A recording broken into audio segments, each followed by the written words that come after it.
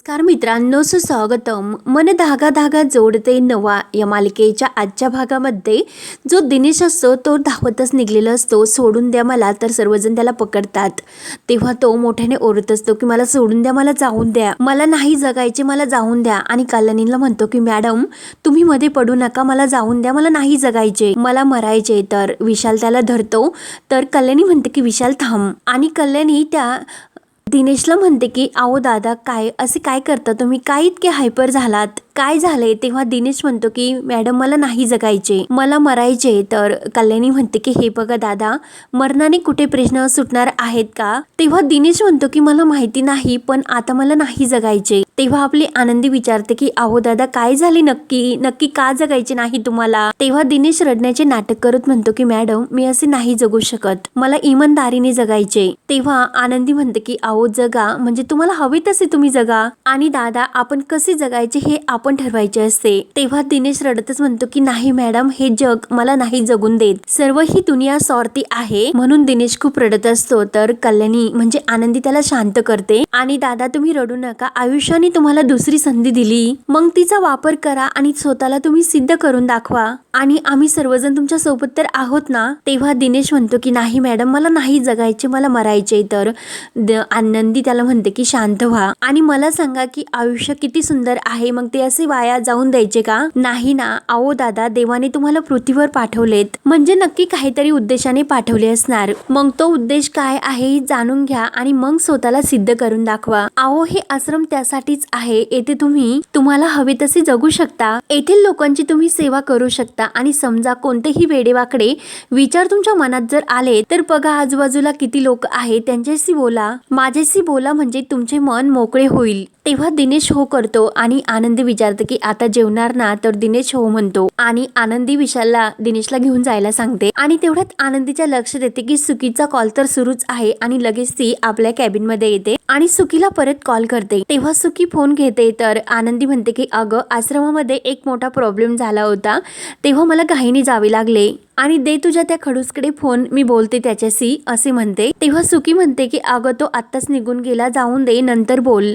तेव्हा आनंदी म्हणते की अगं मग तूच आता त्याच्याबद्दल मला सांग की नक्की तो कसा आहे, कसा बोलतो, कसा वागतो. तेव्हा सुकी म्हणते की अगं तो तर खूप चांगला आहे आणि माझी इतकी छान काळजी घेतो, अगदी मनापासून, आणि मला जर काही झाले तर सारखा तुम्हाला फोन करून विचारत असतो. तेव्हा आनंदी म्हणते की अरे वा, मग मला सांग की त्याच्या डोळ्यात तुझ्याविषयी काही प्रेम दिसते का? तेव्हा सुकी म्हणते की प्रेम कसे बघायचे ग, मला कुठे अनुभव आहे, हा पण तो काळजी मात्र खूप छान घेतो, मला खुश ठेवण्यासाठी तो काहीही करू शकतो. ऍक्च्युली त्याला हसायला मी शिकवले, मागच्या काही वर्षात तो सिरियस झाला होता, हसणे विसरला होता, तो आता परत नॉर्मल झाला, म्हणून त्याच्या घरच्यांचा सुद्धा मला खूप सपोर्ट आहे आणि त्याच्या आईलाही मी आवडते. तेव्हा आनंदी विचारते की आणि त्याला काय वाटते? तेव्हा सुकी म्हणते की अगं तेच तर कळत नाही. तर आनंदी म्हणते की हे बघ सुकी, तुला एकदम परफेक्ट मुलगा मिळाला, हे सगळे गुण एका मुलात असणे खूप अवघड आहे. सुकी खुशून म्हणते की हो, तसा तर माझा खडूस गुणीच आहे. तेव्हा आनंदी म्हणते की मग तू त्याला अजिबात गमावू नको,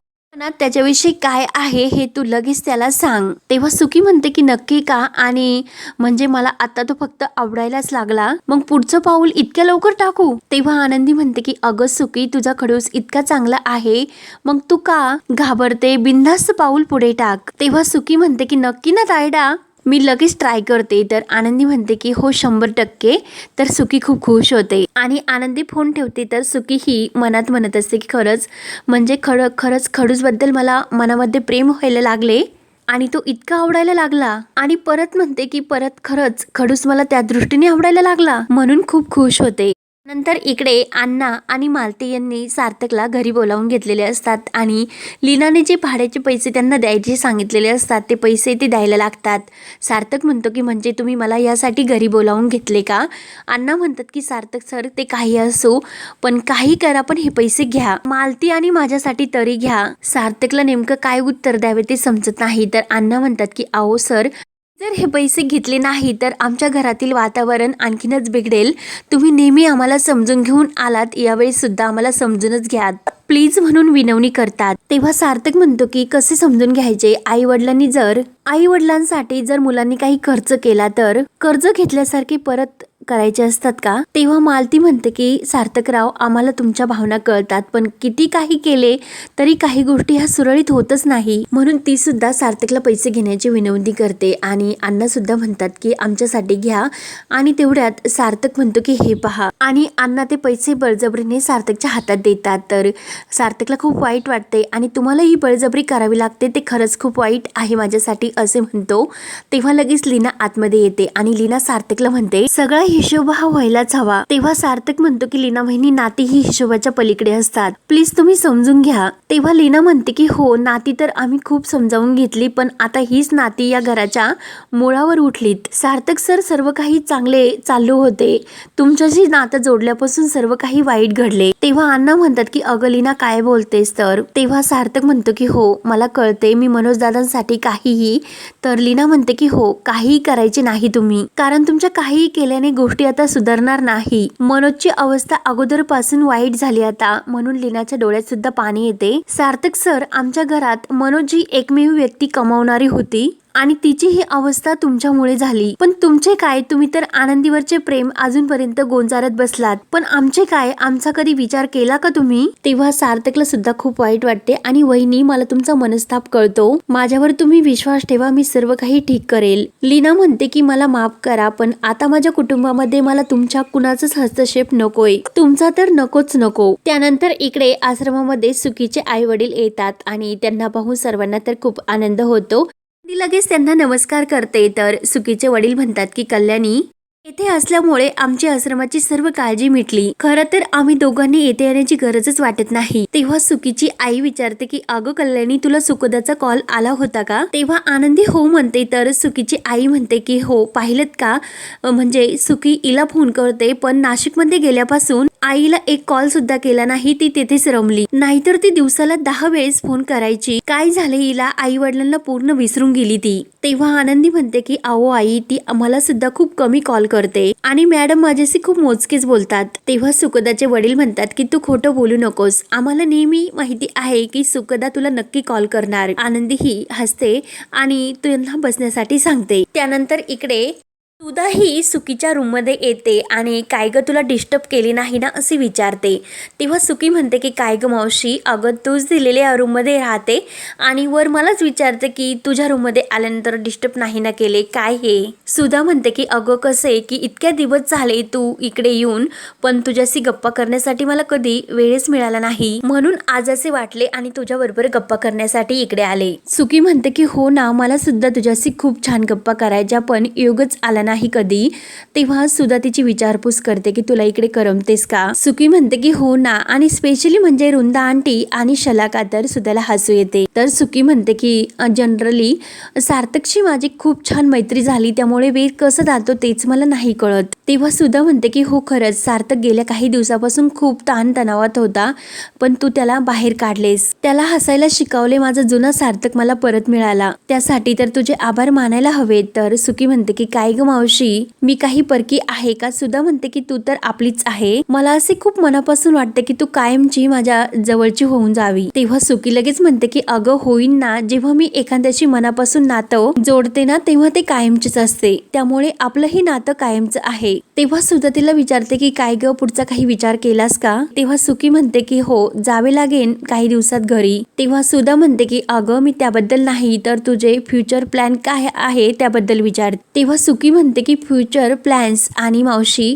मला इतक्या गोष्टी आवडतात की नेमकं काय करायची त्याची क्लॅरिटी नाही अजून. तेव्हा सुधा म्हणते की अगं फ्युचर प्लॅन म्हणजे मला असे विचारायचे की सेटल होण्याचा काय विचार केलास? म्हणजे आजकाल तुम्ही मुली स्वतंत्र विचाराच्या असतात आणि तुझ्या आयुष्यात कोणी आहे का भावी जोडीदार म्हणून? सुकी थोडीशी लाजते आणि नाही ग मावशी, असे काही नाही असे म्हणते. तर सुधा म्हणते की ठीक आहे, मला सांगायचे नसेल तर नको सांगू. तेव्हा सुकी म्हणते की नाही ग मावशी, तू माझ्या आईसारखी आहे, मी तुझ्याशी का खोटं बोलेल, खरंच कोणी नाही. आणि आणि असते तर लपवले नसते, पण अजूनपर्यंत मला असे कुणी आवडेल कुणी मिळालेच नाही, त्यामुळे अजून कुणाशी जुळलेच नाही. तेव्हा सुद्धा विचारते की अगं तुला नाशिक आवडले की नाही. तेव्हा सुकी म्हणते की मला नाशिक तर खूप आवडते, आय लव्ह यू, येथील निसर्ग, येथील माणसं, सर्व काही. तेव्हा सुद्धा म्हणते की मग भविष्यात नाशिक मध्ये राहावे असा विचार आहे का. तेव्हा सुकी म्हणते की अजून तसा प्लॅन नाही, पण शक्य झाले तर नक्की येईल. तेव्हा सुद्धा लगेच डायरेक्ट विचारून जाते मग ये ना कायमची तू याच घरात, म्हणजे हे घर आपले समज. तेव्हा सुकी म्हणते की अगं मावशी मी तर समजेल, पण तुझ्या त्या खडूस मुलाचे काय, तो राहून देईन का या घरात मला. सुधा म्हणते की का राहून देणार, तो तर माझ्या शब्दाच्या बाहेर नाही. तेव्हा सुकी म्हणते की थँक गॉड कोणाचा तरी धाक आहे, म्हणून दोघी खूप खदखदून हसतात. तेव्हा सुधा म्हणते की हो अशीच राहा हसतमुख कायम, तुझ्याकडे बघितल्यानंतर माणूस स्वतःचे दुःख विसरतो. खरंच तुझा हसरा चेहरा बघून खूप आनंदी वाटते, गॉड ब्लेस यू. तर सुकी थँक्यू बोलते आणि सुद्धा आपल्या रूम मध्ये निघून जाते. त्यानंतर इकडे कल्याणी ही तिच्या सुकीच्या आईवडिलांना बसण्यासाठी सांगते आणि तिच्या वडिलांना त्या खुर्चीवर बसण्यासाठी सांगते. तर तिचे वडील म्हणतात की नाही कल्याणी, ही जागा तुझी आहे, आम्ही या आश्रमाची जबाबदारी तुझ्यावर सोपवलेली आहे आणि तू ती जबाबदारी उत्तमरित्या पार सुद्धा पाडते. आणि हो ना, या आश्रमातील प्रत्येकाची तू किती काळजी घेते आणि प्रत्येक व्यक्ती ही तुझी जवळची नातेवाईक आहे असे वाटते आम्हाला, आणि हे काम म्हणून नाही तर व्रत म्हणून करते. याचे फळ तुला देव नक्कीच देईल, तुला जे हवं ते नक्कीच सर्व काही मिळेल. तेव्हा आनंदी म्हणते की मला आता काही नको, देवाने खूप काही दिले हा आश्रम, आणि सर्वात महत्वाचे म्हणजे आई वडिलांसारखे तुम्ही दोघे जण. तेव्हा सुकीची आई म्हणते की अगं देवाने सर्व काही तुला दिले, पण या आश्रमासाठी तू काय केले हे तुला माहिती आहे का. आम्ही दोघांनी तुला आई वडिलांचे प्रेम तर दिलेच, पण सुखदाला सुद्धा तू मोठ्या बहिणीसारखी सांभाळते ना. तेव्हा सुकीचे वडील म्हणतात की अगं कल्याणी, जेव्हा तू या आश्रमात आली तर त्यावेळी या आश्रमाची अवस्था काय होती. एक छोटस रोपट होतं, पण त्या रोपट्याचं तू एका विशाल वृक्षामध्ये रूपांतर केलं. तेव्हा आनंदी म्हणते की बरं खूप झाला आता माझा कौतुक सोहळा, एवढं कौतुक ऐकायची सवय नाही मला. तेव्हा सुकीचे वडील म्हणतात की अगं कौतुक त्याचेच होते की जो कौतुकाच्या योग्य असतो. आणि तेवढ्यात एक फाईल घेऊन या फोल्डर मध्ये सर आश्रमातील सर्व अपडेट्स रिपोर्ट आहे. तर सुकीचे वडील म्हणतात की अगं आम्ही त्यासाठी येथे नाही आलो. सुकीचे वडील सांगू लागतात की हे बघ कल्याणी, नाशिकला एक खूप मोठा इव्हेंट होतो आणि तेथून आपल्या आश्रमासाठी एक खूप मोठी ग्रँड मिळू शकते, आम्ही दोघे जण त्यासाठीच येथे आलो. नाशिकचे नाव ऐकल्यानंतर आनंदीला तर धक्काच बसतो. ती म्हणते की नाशिक. तर सुकीचे वडील म्हणतात की हो नाशिक. तेव्हा सुकीची आई विचारते की काय ग काय झाले. तेव्हा आनंदी म्हणते की ठीक आहे काही नाही, मी रेडी करते आणि सर्व तुम्हाला देते. तेव्हा सुकीची आई म्हणते की अगं आम्ही नाही जाणार. तेव्हा सुकीचे वडील म्हणतात की आमची सर्वांची म्हणजे दोघांची अशी इच्छा आहे की नाशिकला तू जावे, कारण आश्रमाची सर्वात जास्त माहिती तुलाच आहे. ते ऐकून तर आनंदीला धक्काच बसतो. तेव्हा सुकीची आई म्हणते की अगं त्यांनी जर आश्रमाविषयी काही प्रश्न विचारले तर त्याची उत्तर फक्त तूच देऊ शकते, आणि ती ग्रँड आपल्या आश्रमासाठी किती महत्वाची आहे हे तू त्यांना समजावून सांगू शकते. तर सुकीचे वडील म्हणतात की सर्वात महत्वाचे म्हणजे आपले या मानवता आश्रमाचे म्हणजे आश्वासक चेहरा मात्र तू आहेस, आणि आमच्या नंतर या आश्रमाचा सर्व पसारा तुला सांभाळायचा. तेव्हा विशाल सुद्धा म्हणतो की हो साहेब अगदी बरोबर बोलतात, इतकी मोठी जर ग्रँड मिळाली तर आपल्या आश्रमाचे सर्व प्रश्न सुटतील. आणि मॅडम तुम्ही सांगा, सर तुम्ही सांगा की कधी नाशिकला जायचे. मॅडम लगेच तयार असतील. तेव्हा आनंदी मात्र विशालला नाही म्हणते आणि मी नाशिकला नाही जाऊ शकत असे सांगते. आनंदी तर खूप गडबडते. तर विशाल म्हणतो की मॅडम तुम्ही येथील काळजी करू नका, मी आहे ना येथे सर्व सांभाळण्यासाठी, मी सर्व व्यवस्थित सांभाळेल. एकच दिवसाचा प्रश्न आहे, तुम्ही जा, मी आहे येते. तरी सुद्धा आनंदी म्हणते की मला माफ करा, मला माहिती आहे की विशाल तू येथे सर्व काही व्यवस्थित सांभाळशील, पण मी नाशिकला नाही जाऊ शकत. मी तुमच्या चहापाण्याचे काय ते पाहते. तर सर्वांना तेच कळत नाही की कल्याणी नेमकं असे का बोलत असेल, नाशिकला जाण्यासाठी का टाळत असेल. तर आनंदी आपल्या रूममध्ये येते आणि ड्रॉवरमधून ती सार्थक आणि तिच्या लग्नाचा फोटो घेऊन सुद्धा जे काही तिला बोललेले असते की तुझ्या भावाचे आयुष्य वाचवण्यासाठी आणि सार्थकच्या आयुष्यातून कायमची निघून जाण्यासाठी तू या डिवोर्स पेपरवर सह्या कर, म्हणजे सार्थकचे आयुष्यसुद्धा सुखी होईल. ते सर्व तिला आठवते. आणि काही झाले तर मी नाशिकला नाही जाणार, आणि हा निर्णय मी का घेते हे तर मी कुणाला सांगू शकत नाही. मला सुद्धा वाटते की आश्रमाला ग्रँड मिळावी, येथील माणसांना सर्व सुखसोयी मिळाव्यात. मग मी तर काय करू, मी जर नाशिकला गेले तर तेथे काय होईल हे सांगता येत नाही. मी नाही थांबू शकणार स्वतःला आणि चुकून जर सार्थक सरांना कळले तर काय होईल, आई, अण्णा, दादा, वहिनी यांना बघून काय वाटेल मला, आणि इतक्या वर्षांनी मला तेथे बघून त्यांना सुद्धा काय वाटेल. नाही, हा सर्व खूप गुंता झाला, हा गुंता मी नाही सोडू शकणार. म्हणून त्या फोटोकडेच ती पाहत असते आणि काही झाले तर मी नाशिकला नाही जाऊ शकत. तेवढ्यात सुकीची आई येते आणि कल्याणी, मी आत येऊ का असे विचारते. तेव्हा सुकीची आई विचारते की कल्याणी बाळा, काय प्रॉब्लेम आहे, काही जरी अडचण असेल तर प्लीज माझ्याशी बोल. तेव्हा आनंदी सर्व काही सांगायला लागते. तर हा भाग येथे संपतो. पुढील भागामध्ये सार्थक हा जायला निघतो तर आनंदी मागून येते आणि सार्थक सर असे म्हणते. तर सार्थक आनंदीला बघून घट्ट मिठी मारतो आणि दोघे एकमेकांना बघून तर खूप खुश होतात. तर तेव्हा आता पुढे काय होणार हे पाहण्यासाठी आपल्या चॅनलला नक्की सबस्क्राईब करा. धन्यवाद.